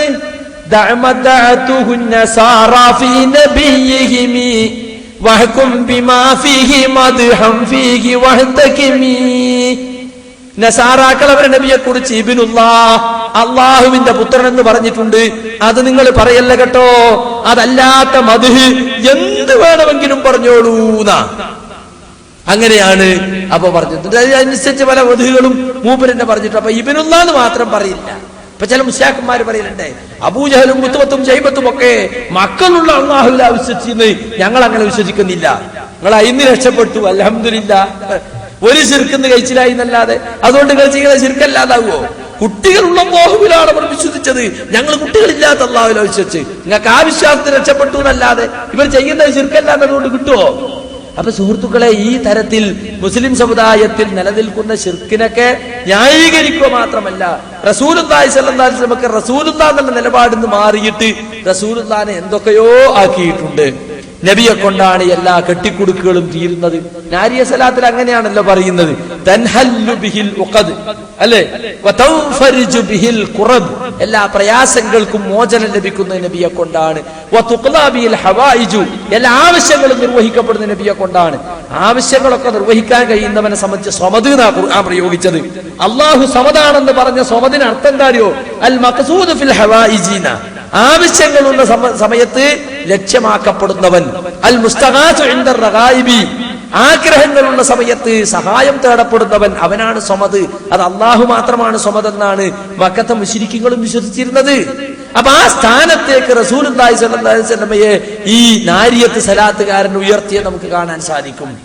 ഖുല്ലാ അംലികു ലിനഫ്സി നഫഅൻ വലാ ളറൻ ഇല്ലാ മാ ശാ അല്ലാഹ്, അള്ളാഹു ഉദ്ദേശിച്ചല്ലാതെ എന്റെ ശരീരത്തിന് തന്നെ എന്തെങ്കിലും ഉപകാരമോ ഉപദ്രവമോ ഞാൻ ഉടമയാക്കുന്നില്ല എന്ന് ജനങ്ങളോട് പറയാൻ വേണ്ടി ഖുർആൻ മുഹമ്മദ് മുസ്തഫ സല്ലല്ലാഹു അലൈഹി വസല്ലമയോട് കൽപ്പിക്കുകയാണ്. വലൗ കുന്തു അഅലമുൽ ഗൈബ ലസ്തക്സർതു മിനൽ ഖൈരി വമാ മസ്സനി യസൂ ഇൻ അന ഇല്ലാ നദീറുൻ വബശീറുൻ ലിഖൗമിൻ യുഅ്മിനൂൻ. എനിക്ക് മറഞ്ഞ കാര്യം അറിയുമായിരുന്നെങ്കിൽ ഞാൻ ഒരുപാട് നന്മകൾ വർദ്ധിപ്പിച്ചേനെ. മാത്രമല്ല എനിക്കൊരു തിന്മയും ബാധിക്കുമായിരുന്നില്ല. ഞാൻ വിശ്വാസികളായ ജനങ്ങൾക്ക് സന്തോഷ വാർത്ത അറിയിക്കുന്നവൻ മാത്രമാണ്. അപ്പൊ മറഞ്ഞ കാര്യം റസൂലുള്ളാഹിക്ക് അറിയുമായിരുന്നില്ല. സ്വന്തം ശരീരത്തിന് തന്നെ എന്തെങ്കിലും ആപത്തുകൾ വരുമ്പോൾ അത് തടുക്കാൻ അള്ളാഹു ഉദ്ദേശിച്ചല്ലാതെ റസൂലുള്ളാഹിക്ക് പ്രത്യേകമായിട്ട് അതിന് കഴിയുമായിരുന്നില്ല. റസൂലുള്ളാഹിക്ക് എന്തെല്ലാം ആപത്തുകൾ പടഞ്ഞിട്ടുണ്ട്, കഷ്ടപ്പാടുകളും ദുരിതങ്ങളും ഉണ്ടായിട്ടില്ലേ, തീമൂട്ടാത്ത ദിവസങ്ങൾ ഉണ്ടായിട്ടുണ്ട്. വിശപ്പ് സഹിച്ച് വയറ്റത്ത് കല്ല് വെച്ച് കെട്ടി, എല്ലാവരും ഒരു കല്ല് വെച്ച് കെട്ടിയപ്പോ ഖന്തക്ക് കുഴിക്കുന്ന സന്ദർഭത്തിൽ അള്ളാഹുവിന്റെ റസൂൽ 2 കല്ല വയറ്റത്ത് വെച്ച് കെട്ടിയിരുന്നത്. അങ്ങനെ കഷ്ടപ്പെട്ടിട്ടില്ലേ? തായിഫിൽ പോയി ഏറുകൊണ്ട് അവിടുത്തെ തെണ്ടിപ്പിള്ളരെ വിട്ട് കൂക്കി പരിഹസിച്ചു വിട്ടു. ഏറുകൊണ്ടിട്ട് കാലിന്ന് രക്തം വലിച്ച് ഒരു മുശ്രിക്കിന്റെ തോട്ടത്തിൽ അഭയം തേടിയ കഥ നമ്മൾ കേട്ടിട്ടില്ലേ? എന്നിട്ടോ ആ റസൂലുള്ളാഹിന്റെ പേരെന്താ പറഞ്ഞത് നിങ്ങള്? അസ്സലാമു അലൈകാ യാ ബാഹിദുനൂബി, അസ്സലാമു അലൈകാ യാ ജാലിൽ ഖുറൂബി. പാപങ്ങളെ മായ്ച്ചു കളയുന്ന റസൂലേ, നിങ്ങൾക്ക് അല്ലാഹുവിന്റെ രക്ഷയുണ്ടാകട്ടെ. പ്രയാസങ്ങളെ നീക്കിത്തരുന്ന റസൂലേ, നിങ്ങൾക്ക് അല്ലാഹുവിന്റെ രക്ഷയുണ്ടാവട്ടെ. മൗലീദ് തുടങ്ങുന്നതിന് മുമ്പ് ഒരു സലാം ബെയ്ത്ത് ഉണ്ട്. 18 സലാമാണ്. എണീറ്റിട്ട് ആ ബെയ്ത്ത് ചൊല്ലുക. കാരണം എണീറ്റിക്കാൻ കാരണം എന്താ വെച്ചാൽ എല്ലാ മൗലിദ് സദസ്സുകളിലും റസൂലുള്ളാഹി സ്വല്ലല്ലാഹി അലൈഹി വസല്ലം ഹാജരാകുന്നു എന്നാണ് മുസ്ലിയാക്കന്മാർ വിശ്വസിക്കുന്നത്. മനസ്സിലായില്ലേ? അപ്പൊ റസൂല് അവിടെ ഉണ്ടാകുമ്പോ ഇരിക്കാൻ വയ്യല്ലോ. അപ്പൊ റസൂലിനെ ബഹുമാനിച്ച് എണീറ്റതാണ്. ജീവിച്ചിരിക്കുന്ന കാലത്ത് തന്നെ നബിനെ ബഹുമാനിച്ച് എണീറ്റുന്ന നബി അവിടെ ഇരിക്കാൻ പറയും. മാത്രല്ല, ആരെങ്കിലും തനിക്ക് വേണ്ടി മറ്റുള്ളവർ എണീറ്റ് നിൽക്കണമെന്ന് വിചാരിച്ചാൽ അവന്റെ സീറ്റ് നരകത്തിൽ റിസർവ് ചെയ്തു കൊള്ളട്ടെ എന്ന് പറഞ്ഞ റസൂലുള്ളാഹി സ്വല്ലല്ലാഹി അലൈഹി വസല്ലം അങ്ങനെയുള്ള റസൂലുള്ളാഹിക്ക് വേണ്ടിയിട്ട് മൗലിദിലും എണീറ്റ് നിന്ന് 18 സലാമാണ്. ആ സലാമിന് പറഞ്ഞതാ ഇത്. എന്ത്? പാപങ്ങളെ മായ്ച്ചു കളയുന്ന റസൂലെ നിങ്ങൾക്ക് അല്ലാഹുവിന്റെ രക്ഷ ഉണ്ടാവട്ടെ, പ്രയാസങ്ങളെ നീക്കി തരുന്ന റസൂലെ നിങ്ങൾക്ക് അല്ലാഹുവിന്റെ രക്ഷ ഉണ്ടാകട്ടെ. പാപങ്ങളെ മായ്ച്ചു കളയാൻ തനിക്ക് സാധിക്കുമെന്ന് 23 കൊല്ലത്തെ പ്രവാചക ജീവിതത്തിൽ ഒരിക്കൽ പോലും അവിടുന്ന് പറഞ്ഞിട്ടില്ല. പാപം ചെയ്തവരോടൊക്കെ അള്ളാഹുവിലേക്ക് ഖേദിച്ചു മടങ്ങാനാണ് ഖുർആൻ പറഞ്ഞത്. അതുപോലെ തന്നെ റസൂൽ പഠിപ്പിച്ചതും. ഇമാം മുസ്ലിം റിവായത്ത് ചെയ്ത ഹദീസിൽ യാ അയ്യുഹന്നാസ് തൂബൂ ഇലല്ലാഹി വസ്തഗ്ഫിറൂഹു ഫഇന്നി അതൂബു ഫിൽ യൗമി 100 മറ. മനുഷ്യരെ, നിങ്ങൾ അള്ളാഹുവിലേക്ക് ഖേദിച്ചു മടങ്ങുവിൻ, അവനോട് നിങ്ങൾ പൊറുക്കലിനെ ചോദിക്കുവിൻ. ഞാൻ തന്നെ ഒരു ദിവസത്തിൽ 100ഓളം തവണ അള്ളാഹുവിലേക്ക് ഖേദിച്ചു മടങ്ങുന്നു എന്നാണ് റസൂലുള്ളാഹി സ്വല്ലല്ലാഹി അലൈഹി വസല്ലം പറഞ്ഞത്. ഒരു പാപവും റസൂലുള്ളാഹി ചെയ്തിട്ടില്ലെന്ന് നമുക്കറിയാം. തെറ്റെന്നോ കുറ്റമെന്നോ പറയാവുന്ന എല്ലാ സംഗതികളിൽ നിന്നും അല്ലാഹു സുബ്ഹാനഹു വ തആല റസൂലിനെ കാത്തുരക്ഷിച്ചു. അതിനെ സംബന്ധിച്ചാണ് ഇസ്ലാമിന്റെ സാങ്കേതിക ഭാഷയിൽ ഇസ്മത്തുൽ അംബിയാ, അംബിയാക്കളുടെ പാപ സുരക്ഷിതത്വം എന്ന് പറയുന്നത്. മുസ്ലിയാക്കന്മാര് ചെറുപാപങ്ങൾ സംഭവിക്കാമെന്ന് വിശ്വസിക്കുന്നുണ്ട്. എന്നാൽ ചെറുതെന്നോ വലുതെന്നോ പറയാവുന്ന പാപമൊന്നും സംഭവിക്കുകയില്ല. ചില മാനുഷികമായ ചില നയവൈകല്യങ്ങളോ വീക്ഷണത്തിലുള്ള ചെറിയ പാളിച്ചകളോ സംഭവിച്ചാൽ തന്നെ അള്ളാഹു യഥാസമയം തിരുത്തി കൊടുക്കുമെന്നാണ് അഹ്ലു സുന്നത്തിന്റെ വിശ്വാസം. അങ്ങനെയുള്ള പാപ പരിശുദ്ധനായ റസൂലുള്ളാഹി സ്വല്ലല്ലാഹി അലൈഹി വസല്ലം 100ഓളം തവണ അള്ളാഹുവിലേക്ക് ദിവസവും ഖേദിച്ചു മടങ്ങുന്നുണ്ട്. അതുകൊണ്ട് ജനങ്ങളെ, നിങ്ങൾ അള്ളാഹുവിലേക്ക് ഖേദിച്ചു മടങ്ങുവീൻ, അവരോട് പൊറുക്കലിനെ ചോദിക്കുവീൻ എന്നാണ്. പക്ഷേ ഇതൊന്നും മുസ്ലിയാക്കന്മാരെ സംബന്ധിച്ചിടത്തോളം അവർക്ക് വിഷയമല്ല.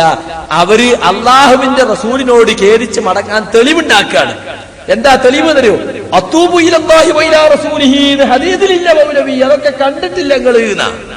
അത്തൂബു ഇലല്ലാഹി, ഞാൻ അള്ളാഹുവിലേക്ക് ഖേദിച്ച് മടങ്ങുന്നു, വഇലാ റസൂലിഹി, അവന്റെ റസൂലിലേക്കും ഖേദിച്ച് മടങ്ങുന്നു, കണ്ടോ? അതാണ് ഞങ്ങൾ ഇർത്തക്കബുത്തൂന. അതെന്താ സംഭവം അറിയോ? റസൂലുള്ളാഹി സ്വല്ലല്ലാഹി അലൈഹി വസല്ലം വീട്ടിലേക്ക് കയറി വരുമ്പോ തലയണമ്മൽ ഒരു ചിത്രം, ജീവനുള്ളവയുടെ ചിത്രം വീട്ടിൽ കണ്ട റസൂലുള്ളാഹിക്ക് വളരെ വിഷമാണ്, വെറുപ്പാണ്. കാരണം എന്താ? ലഅനല്ലാഹുൽ മുസവ്വിരീൻ, ജീവനുള്ളവയുടെ രൂപമുണ്ടാക്കുന്നവരെ അള്ളാഹു ശപിച്ചിരിക്കുന്നു. അപ്പൊ ചിത്രങ്ങളും രൂപങ്ങളും ഉണ്ടാക്കുന്ന റസൂലുള്ളാഹിക്ക് ഇഷ്ടമുണ്ടായിരുന്നില്ല. അതുകൊണ്ട് റസൂലുള്ളാഹി അതിനെ എതിർത്തു. എന്ന് മാത്രം നബി ഉണ്ടാക്കി കൊടുത്ത വീടാത്.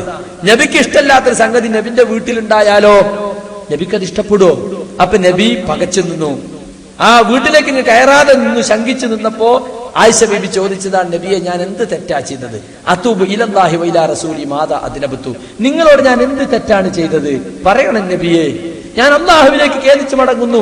അവൻ നബിയുടെ മുഖത്ത് നോക്കിയിട്ട് മാപ്പ് ചോദിച്ചതാ. അത് നമ്മളാണെങ്കിലും വേണ്ട, ഒരാളോട് തെറ്റിയതാ, ക്ഷമിക്കണം കേട്ടോ, പൊറുക്കണം, ഞാൻ അങ്ങ് ദുർബല നിമിഷത്തിൽ അങ്ങനെ പറഞ്ഞു പോയതാണ്, ചെയ്തു പോയതാണ്, അല്ലേ? മാത്രല്ല, നമ്മൾ വേറൊരാളെ ഉപദ്രവിച്ചാൽ അത് അള്ളാഹുവിനോട് കൂടി പൊറുക്കലിനെ ചോദിക്കേണ്ട കാര്യമാണ്. കാരണം മറ്റുള്ളവർ ഉപദ്രവിക്കൽ കുറ്റാണ്. അപ്പൊ റസൂലുള്ളാഹിനോട് ചെയ്ത തെറ്റ് അള്ളാഹിനോട് കൂടി ചെയ്ത തെറ്റായത് കൊണ്ട് അള്ളാഹുവിലേക്കും ഖേദിച്ചു മടങ്ങിയതാണ്. ഇതെടുത്തു കണ്ട് മുസ്ലിയാക്കന്മാർ പറയാണ്, റസൂലിലേക്ക് ഖേദിച്ചു മടങ്ങാന്ന് ഹദീസ് തെളിവുണ്ട്. സഹാബികൾ ആരും അത് ചെയ്തിട്ടില്ല. സുബ്ഹാന മൗലിദ് കാണാം. യാ മൻ തമാദാ വജ്തറം തുബ് വതരിഫ് വർജുൽ കറം വലുദ് ബിമൻ ഹലൽ ഹറം വനൂറുഹു അമൽ ബിലാദ്. യാ മൻ തമാദാ വജ്തറം, തെറ്റുകളിൽ മുന്നോട്ട് പോയവനെ, ഉറച്ചു നിൽക്കുന്നവനെ, കുറ്റങ്ങൾ പ്രവർത്തിച്ചവനെ, തുബ്, നീ തൗബ ചെയ്തോ, വഅതരിഫ്, കുറ്റം സമ്മതിച്ചോ, വർജുൽ കറം, ഔദാര്യം ആഗ്രഹിച്ചോ, വലുദ് ബിമൻ ഹല്ലൽ ഹറം, ഹറമിൽ ഇറങ്ങി താമസിക്കുന്ന റസൂലുള്ളാഹിയോട് അഭയം തേടിക്കോ, വനൂറുഹു അമൽ ബിലാദ്, അദ്ദേഹത്തിന്റെ പ്രകാശം നാടാകെ പരന്നിരിക്കുന്നു. കണ്ട, റസൂലുള്ളാഹിനോട് തൗബ ചെയ്യണം, അള്ളാഹിനോട് തൗബ ചെയ്യണമെന്നല്ല. എവിടേക്കായി പോകുന്നത്?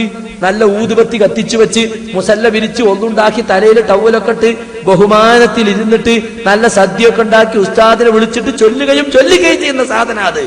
തമിഴ്നാട്ടിലും പാലക്കാട് ചില കിഴക്കൻ ഭാഗങ്ങളിലൊക്കെ സുബ്ഹാന മൗലിദ് എന്ന് പറഞ്ഞാൽ വലിയ ആഘോഷപൂർവ്വം ചെല്ലുന്ന കാര്യം, വലിയ ഇബാദത്തായിട്ട്. മനസ്സിലായില്ലേ? അത് ചെല്ലണമെന്നാ. ഇതൊക്കെ സുഹൃത്തുക്കളെ പറയാൻ ഇവിടെ മുജാഹിദ് പ്രസ്ഥാനമല്ലാതെ മറ്റാരെങ്കിലും ഉണ്ടോ?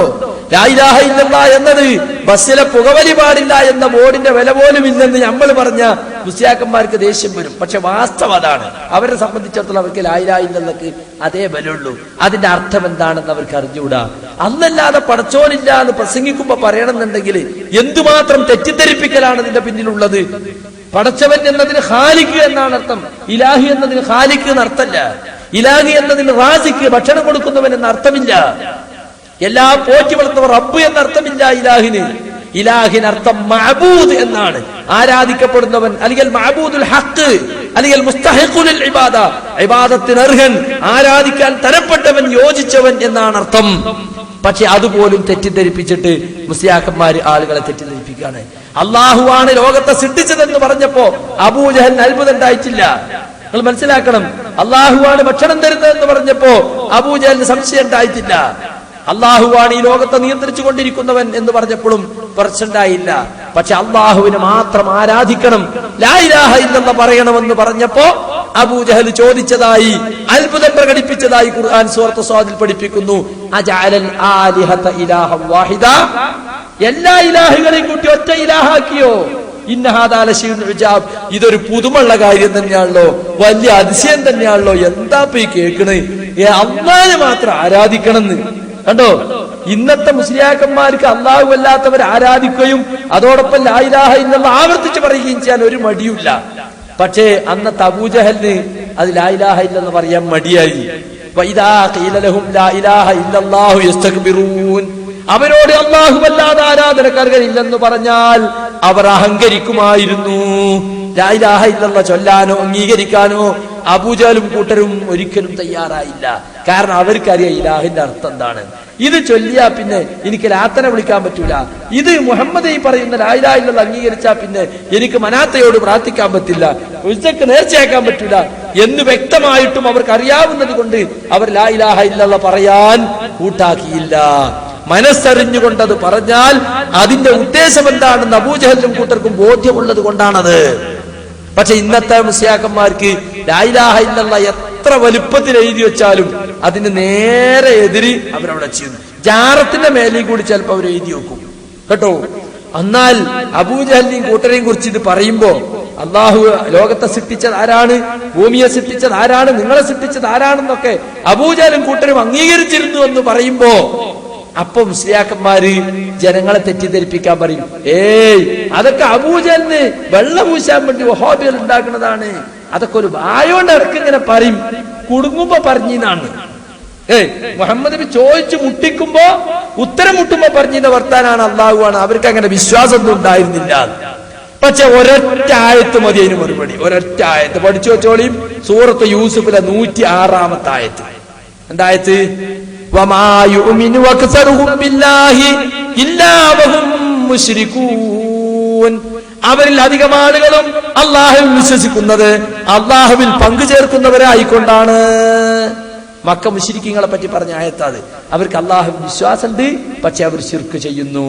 എന്തായിരുന്നു അവർ ചെയ്തിരുന്ന ശിർക്ക്? എന്തായിരുന്നു അവർ അംഗീകരിച്ചിരുന്ന തൗഹീദ്? ജലാലൈനി മുതൽക്കൊക്കെ ഇതിന്റെ തഫ്സീർ എന്നെടുത്ത് പരിശോധിച്ചു നോക്കി. അള്ളാഹുവാണ് സത്താബ്, അള്ളാഹുവാണ് റാസിഖ്, ഇതൊക്കെ അവർ അംഗീകരിച്ചിരുന്നു. അതാണ് അവരെ ഈമാൻ. പിന്നെ അവർ ചെയ്ത ശിർക്ക് എന്താണ്? അവർ ബിംബാരാധന നടത്തിയിരുന്നു, അള്ളാഹുവിനുള്ള മഹാന്മാരെ ഇബാദത്ത് ചെയ്തിരുന്നു, അവരെ വിളിച്ചു തേടിയിരുന്നു, അവർക്ക് നേർച്ചയാക്കിയിരുന്നു. മാത്രല്ല അവരെ ഹജ്ജിന്റെ തൽബിയത്ത് ഈ ആയത്തിന്റെ തഫ്സീറിൽ എടുത്തു കൊടുത്തിട്ടുണ്ട്. ഈ ആയത്ത് അവതരിക്കാനുള്ള കാരണം അതാണെന്ന് വരെ പറഞ്ഞതായിട്ട് നമുക്ക് കാണാൻ സാധിക്കും. അവര് ഹജ്ജ് ചെയ്യും. ഹജ്ജിൽ അവരുടെ തൽബിയത്ത് എന്താ? നമ്മളെ തൽബിയത്തിനെ പോലെ തന്നെ തുടക്കമൊക്കെ ലബ്ബൈക അല്ലാഹുമ്മ ലബ്ബൈക ലബ്ബൈക ലാ ശരീക ലക ലബ്ബൈക.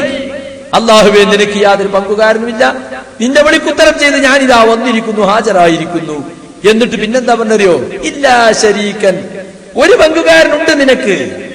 ആ പങ്കുകാരൻ ഹുവ ലക, അവൻ നിന്റേതാണ്. ആ പങ്കുകാരൻ നിന്റെ കീഴിലും അധീനത്തിനുമുള്ളവനാണ്. തംലികുഹു, അവനെ നീ ഉടമപ്പെടുത്തുന്നു പടച്ചവനെ. വമാ മലക, അവനെ മാത്രമല്ല അവൻ എന്തിനെയൊക്കെ ഉടമപ്പെടുത്തുന്നുവോ അതിന്റെ ഉടമസ്ഥനും റബ്ബും നീയാണ്, അതിന്റെ മാലിക്കും നീയാണ്. അപ്പൊ അള്ളാഹുവിന്റെ കീഴിലും അധീനത്തിലുമുള്ള ചില പങ്കുകാരുണ്ടെന്ന് അവർ പ്രഖ്യാപിക്കുന്നതായിട്ടാണ് ഇമാം മുസ്ലിം കിതാബുൽ ഹജ്ജിൽ ഉദ്ധരിച്ചിട്ടുള്ള അവരുടെ ഈ തൽബിയത്തിനെ സംബന്ധിച്ചുള്ള ഹദീസ് പഠിപ്പിക്കുന്നത്. ലബ്ബൈക അല്ലാഹുമ്മ ലബ്ബൈക ലബ്ബൈക ലാ ശരീക ലക ലബ്ബൈക എന്ന് കേട്ടപ്പോൾ റസൂൽ കദിൻ അവിടെ നിർത്തു മതി. പക്ഷെ അവര് നിർത്തുന്നില്ല. അവരതിന്റെ അപ്പുറത്തേക്ക് കടന്നിട്ട് അവരെന്ത് പറയുന്നു? ഇല്ലാ ശരീകൻ ഹുവ ലക് എന്ന് പറയുകയാണ്. അപ്പൊ ഒരൊറ്റ ആയത്ത് കൊണ്ട് തന്നെ അവരങ്ങനെ വെറുതെ പറഞ്ഞതല്ല, അത് അവരുടെ വിശ്വാസത്തിന്റെ ഭാഗമായിരുന്നുവെന്ന് ഹദീസുകളിൽ നിന്ന് നമുക്ക് മനസ്സിലാക്കാൻ സാധിക്കും, തഫ്സീറുകളിൽ നിന്ന് മനസ്സിലാക്കാൻ സാധിക്കും. അതുകൊണ്ടാണ് തഫ്സീർ എഴുതിയവരൊക്കെ കാനൂ യുഖിറൂന, അവരങ്ങനെ അംഗീകരിച്ചിരുന്നു, യഅ്തരിഫൂന, അവരങ്ങനെ സമ്മതിച്ചു പറഞ്ഞിരുന്നു, യഅ്തഖിദൂന, അവർ മനസ്സിൽ അങ്ങനെ വിശ്വസിച്ചിരുന്നു എന്ന് തന്നെ വ്യക്തമായി പറഞ്ഞത് നമുക്ക് കാണുവാൻ സാധിക്കും. അപ്പോ വളരെ വ്യക്തമായി അബൂജഹലിന്റെ വിശ്വാസം എന്താ, നമ്മളെ വിശ്വാസം എന്താ ശരിക്കും മനസ്സിലാകും. അത് മനസ്സിലാകരുത് എന്നാണ് മുസ്ലിയാക്കന്മാർ വിചാരിക്കുന്നത്. ജനങ്ങൾക്ക് ആശയക്കുഴപ്പമുണ്ടാകണം, ജനങ്ങൾക്ക് തൗഹീദ് പഠിക്കണം എന്നല്ല.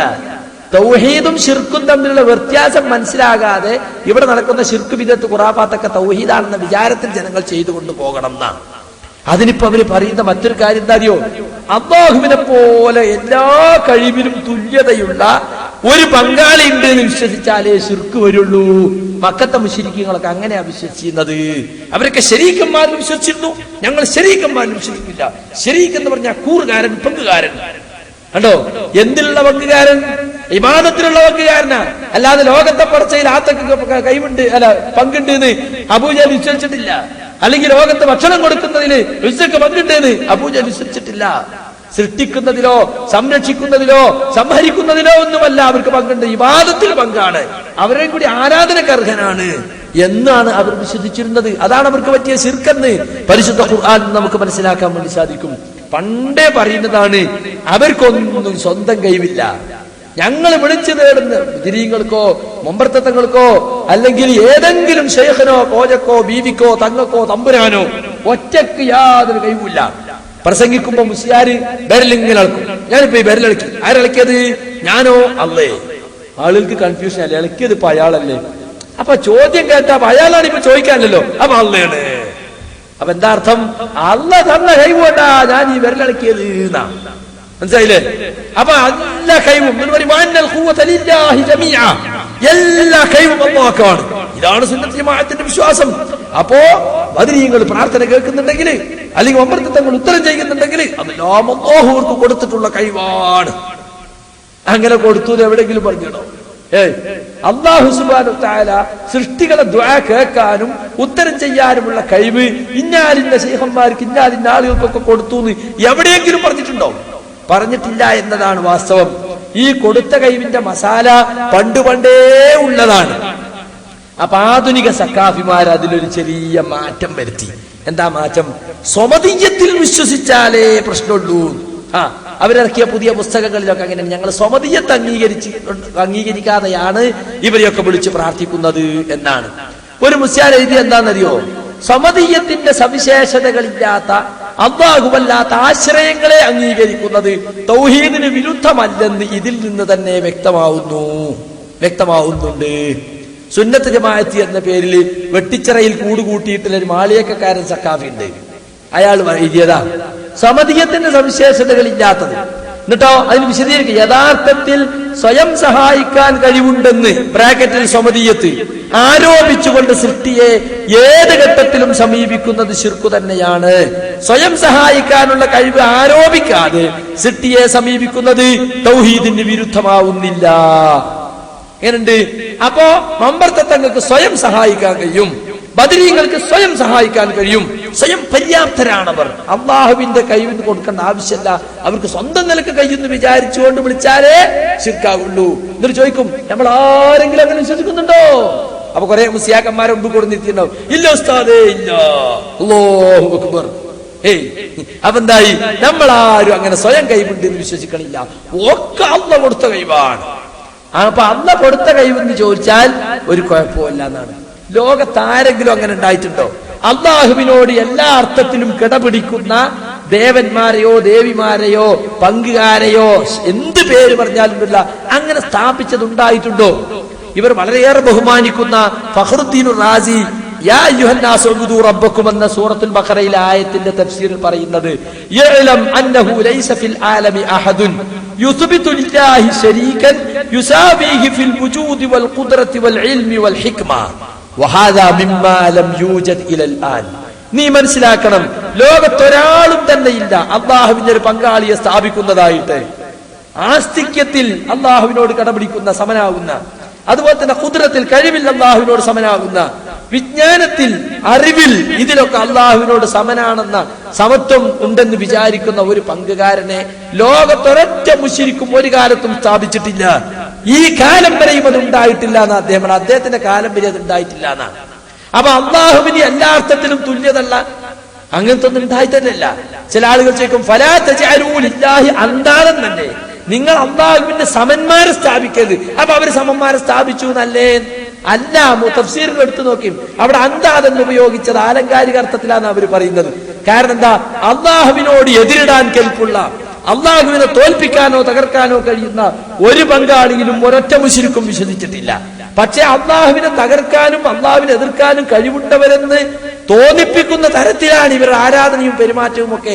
അതുകൊണ്ട് ആ അർത്ഥത്തിൽ പ്രയോഗിച്ചതാണ്. അവർ യഥാർത്ഥത്തിൽ അന്താദെന്ന് വിശ്വസിച്ചത് കൊണ്ടല്ല, അന്താദിനോട് പെരുമാറുന്നത് പോലെ പെരുമാറുന്നത് കൊണ്ട് അങ്ങനെ പറഞ്ഞതാണെന്ന് പള്ളി ദർസിൽ ഓതുന്ന തഫ്സീറുകളിൽ പോലും പറഞ്ഞത് നമുക്ക് കാണുവാൻ സാധിക്കും. അപ്പൊ മക്കത്തെ ബഹുദൈവ വിശ്വാസികൾ ചെയ്തിരുന്ന ശിർക്ക് എന്ന് പരിശോധിക്കേണ്ടി വരുന്നത് ഇതുകൊണ്ടാണ്.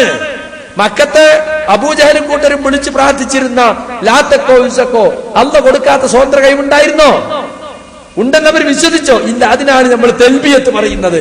ആ തെൽബിയത്തും ഒരൊറ്റ വാദപ്രതിവാദത്തിലും തൊടാൻ മുസ്ലിയാക്കന്മാർക്ക് സാധിച്ചിട്ടില്ല. വളരെ വ്യക്തമാണത്. നിനക്ക് പങ്കുകാരില്ല, പക്ഷെ ഒരു തരം പങ്കുകാരുണ്ട്. ആ പങ്കുകാരൻ നിന്റേതാണ്, നിന്റെ ഉടമസ്ഥതയിലും അധീനത്തിലും ഉള്ളവൻ. ആ പങ്കുകാരനെയും നീ ഉടമപ്പെടുത്തുന്നു. ആ പങ്കുകാരന്റെ റബ്ബ് നീയാണ്, മാലിക് നീയാണ്. ആ പങ്കുകാരന്റെ കീഴിലും ഉടമസ്ഥതയിൽ എന്തൊക്കെയുണ്ടോ അതിന്റെ ഉടമസ്ഥനും നീയാണ് പടച്ചവനെ എന്ന് അവർ പറയുകയാണ്. അപ്പൊ സുഹൃത്തുക്കളെ, സമദിയത്ത് അവർ അംഗീകരിച്ചു കൊടുത്തിരുന്ന അള്ളാഹ് തന്നെയാണ്. ഇബ്രാഹിം നബി സമതാണെന്നോ ലാത്ത സമതാണെന്നോ അവർ വിശ്വസിച്ചിട്ടില്ല. അതുകൊണ്ട് ഖുൽ ഹുവല്ലാഹു അഹദിന്റെ തഫ്സീർ എഴുതിയെടുത്ത് അഹദ് എന്ന് നെക്കിറയായി പറഞ്ഞു, അസ്സമദ് എന്ന് അലിഫിലാവിട്ട് മാരിഫയായി പറഞ്ഞു. എന്താ കാരണം? ലിഇൽമിഹിം ബിസമദിയതിഹി, അള്ളാഹു സമതാണെന്ന കാര്യം ഖുർആൻ അവതരിക്കുന്ന കാലത്ത് അറബികൾക്ക് അറിയാമായിരുന്നത് കൊണ്ടാണ്. വകാന മഅലൂമൻ ലിഅക്സരിൽ ഖൽഖി, അറബികൾക്ക് മാത്രമല്ല അള്ളാഹുവിന്റെ പടപ്പുകളിൽ ഭൂരിപക്ഷത്തിനും അള്ളാഹുവാണ് സമദ്, പരാശ്രയമില്ലാത്തവൻ, സ്വയം പര്യാപ്തൻ എന്ന് അറിയാമായിരുന്നു. അവർ നേർച്ചയാക്കുന്നതിനെ സംബന്ധിച്ച് സൂറത്ത് അന്നാമിൽ പറയുന്നുണ്ട്. ഓലെ ബിംബങ്ങൾക്കും നേർച്ചയാക്കും അള്ളാഹ്ക്കും നേർച്ചയാക്കും.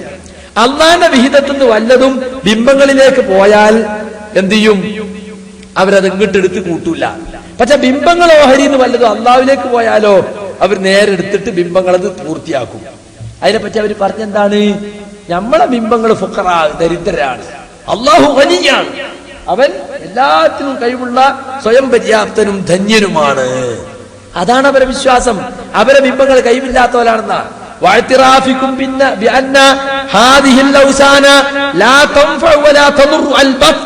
എന്ന് റാസി പറഞ്ഞത് ഞങ്ങൾ വായിച്ചപ്പോ മുസ്ലിയാക്കന്മാർക്ക് മിണ്ടാൻ സാധിച്ചിട്ടില്ല.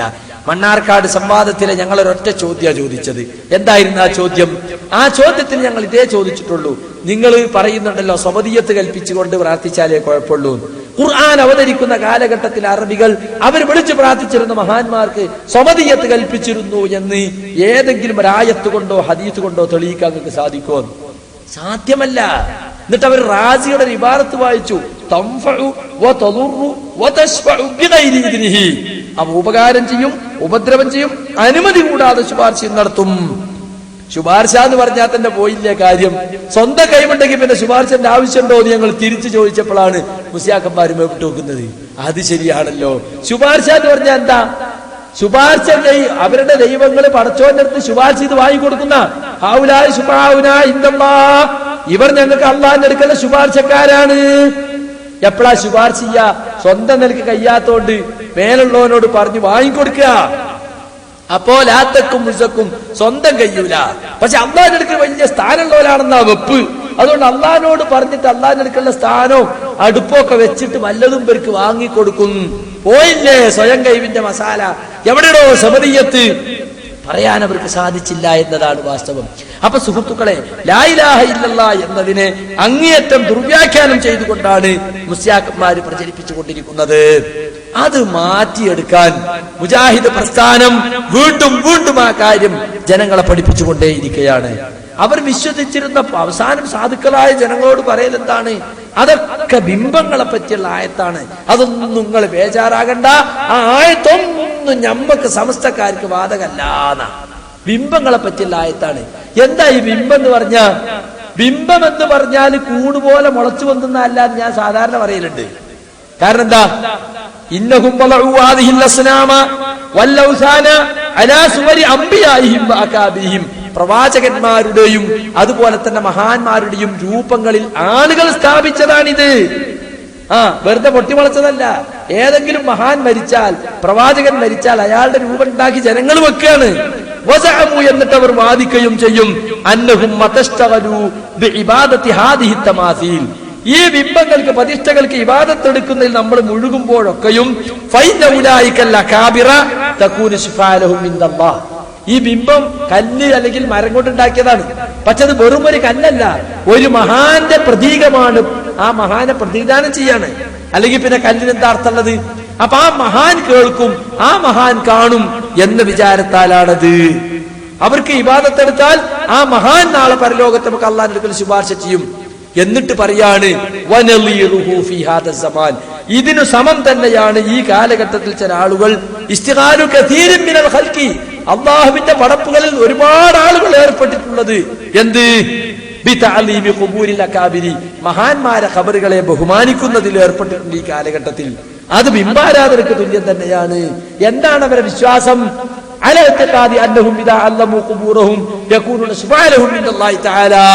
നമ്മൾ ഈ കബറുകളെ വന്നിച്ചാൽ, ആരാധിച്ചാൽ എന്നല്ലോ, കബറുകളെ വന്നിച്ചാൽ ആ കബറിലുള്ളവർ അള്ളാഹുവിന്റെ അടുക്കൽ നമുക്ക് ശുപാർശക്കാരായിരിക്കും എന്ന വിശ്വാസത്തോടെ കബറുകളെ അതിരുവിട്ട് ബഹുമാനിക്കുന്ന ഈ സമ്പ്രദായമുണ്ടല്ലോ, അത് ബിംബാരാധനക്ക് തുല്യമാണെന്ന് റാസി പറഞ്ഞത് പല വാദപ്രതിവാദങ്ങളിലും ഞങ്ങൾ വായിച്ചിട്ട് കാമ എന്ന് മിണ്ടാൻ മുസ്ലിയാക്കന്മാർക്ക് സാധിച്ചിട്ടില്ല. അപ്പൊ പടച്ചവന് തുല്യരായിട്ട് അവരെ ബിംബങ്ങളെയോ ആരാധ്യന്മാരെയോ മഹാന്മാരെയോ ഒന്നും സുഹൃത്തുക്കളെ അവർ വെച്ചിട്ടില്ല. അങ്ങനെ നമ്മൾ വിചാരിക്കും വേണ്ട. മാത്രമല്ല, രണ്ട് പടച്ചോനുണ്ട് എന്ന് വിശ്വസിച്ചാലേ ശിർക്ക് വരൂ എന്നാണ് മുസ്ലിയാക്കന്മാർ പറഞ്ഞുകൊണ്ടിരിക്കുന്നത്. രണ്ട് പടച്ചോണ്ട് നമ്മുടെ ഹിന്ദുക്കൾ വിശ്വസിക്കുന്നുണ്ടോ? ഏറ്റവും വലിയ ശിർക്കിന്റെ ആളുകളാ ഹിന്ദുക്കള്. അവർ വിശ്വസിക്കുന്നുണ്ടോ? ബഹുദൈവ വിശ്വാസം, 33 കോടി ദൈവങ്ങളെ പൂജിക്കുന്ന ഹിന്ദു സഹോദരൻ വിശ്വസിക്കുന്നുണ്ടോ ഈ ലോകത്തിന് രണ്ട് സെട്ടാവുണ്ട്? ഇല്ലല്ലോ. അല്ലെങ്കിൽ ക്രിസ്ത്യാനികൾ വിശ്വസിക്കുന്നുണ്ടോ? യഹൂദികൾ വിശ്വസിക്കുന്നുണ്ടോ? ആരെങ്കിലും അങ്ങനെ വിശ്വസിച്ചാൽ ശിർക്ക് തന്നെയാണ്, അതിൽ സംശയമൊന്നുമില്ല. പക്ഷെ അത് മാത്രമാണ് ശിർക്കെന്ന് ഒരൊറ്റ ആയത്ത് കൊണ്ടോ ഒരൊറ്റ ഹദീത്ത് കൊണ്ടോ തെളിയിക്കാൻ ഇവർക്ക് സാധ്യാവൂല. എന്ന് മാത്രമല്ല സുഹൃത്തുക്കളെ, മഹാന്മാർക്ക് കഴിവ് കൊടുത്തിട്ടുണ്ട് എന്ന് എവിടെ പറഞ്ഞിട്ടുള്ളത്? കൊടുത്തൂടെ എന്ന് ചോദിക്കും ചില മുസ്ലിയാക്കന്മാർ. അതൊരു ഊഹം മാത്രമാണ്. കൊടുത്തൂടെ എന്ന് ചോദിക്കുകയാണെങ്കിൽ ആർക്കാ കൊടുത്തൂടാത്തത്? അല്ലാഹു അലാ കുല്ലി ഷൈഇൻ ഖദീർ, അല്ലാഹ് എല്ലാവരും കഴിവുള്ളതല്ലേ. മഹാന്മാർക്ക് എന്താ കൊടുത്തൂടെ? കൊടുക്കാം. കാഞ്ഞിരക്കുറ്റിക്കും കൊടുക്കാം, ഗുരുവായൂരപ്പനും കൊടുക്കാം, മമ്പർത്തങ്ങൾക്കും കൊടുക്കാം, എല്ലാവർക്കും കൊടുക്കാം. അപ്പൊ പിന്നെ കല്ലിനെ ആരാധിക്കുന്നവർക്കും പറയാ കല്ലിനെന്താ കൊടുത്തൂടെ? കണ്ടോ? അപ്പൊ ഈ രൂപത്തിലുള്ള ദുർവ്യാഖ്യാനങ്ങളാണ് സുഹൃത്തുക്കളെ മുസ്ലിയാക്കന്മാർ നടത്തിക്കൊണ്ടിരിക്കുന്നത്. നമ്മൾ മനസ്സിലാക്കേണ്ട പ്രധാനപ്പെട്ട ഒരു കാര്യം എന്താണെന്ന് ചോദിച്ചാൽ, അല്ലാഹു സുബ്ഹാനഹു വ തആല അവന്റെ ദീൻ പഠിപ്പിക്കാൻ അയച്ചിട്ടുള്ള പ്രവാചകന്മാര്, ആ പ്രവാചകന്മാരെ പോലും ആരാധിക്കുന്നിടത്തേക്കാണ് പിൽക്കാലത്ത് സമൂഹം എത്തിപ്പെട്ടിട്ടുള്ളത്. എത്രത്തോളം എന്ന് വെച്ചാൽ, ഇപ്പൊ മുസ്ലിയാക്കന്മാരൊരു സാധനം ഇറക്കിയിട്ടുണ്ട്. ഇത് കണ്ടോ? കാണാ കാഴ്ചകൾ എന്ന് പറഞ്ഞിട്ട് ഇതിൽ മുഴുവൻ പ്രവാചകന്മാരെ ഖബറുകളാ കാണിക്കുന്നത്. എത്ര നബിമാരെ ഖബറുകളാ കാണിക്കുന്നത് നിങ്ങൾ? ഒരുപാട് നബിമാരെ ഖബറുകൾ. മുഹമ്മദ് മുസ്തഫ സല്ലല്ലാഹു അലൈഹി വസല്ലമയുടെ ഖബറ് അതിനെ സംബന്ധിച്ച് നമ്മൾ കണ്ടിട്ടില്ല എന്താ, കേട്ടിട്ടില്ല എന്താ?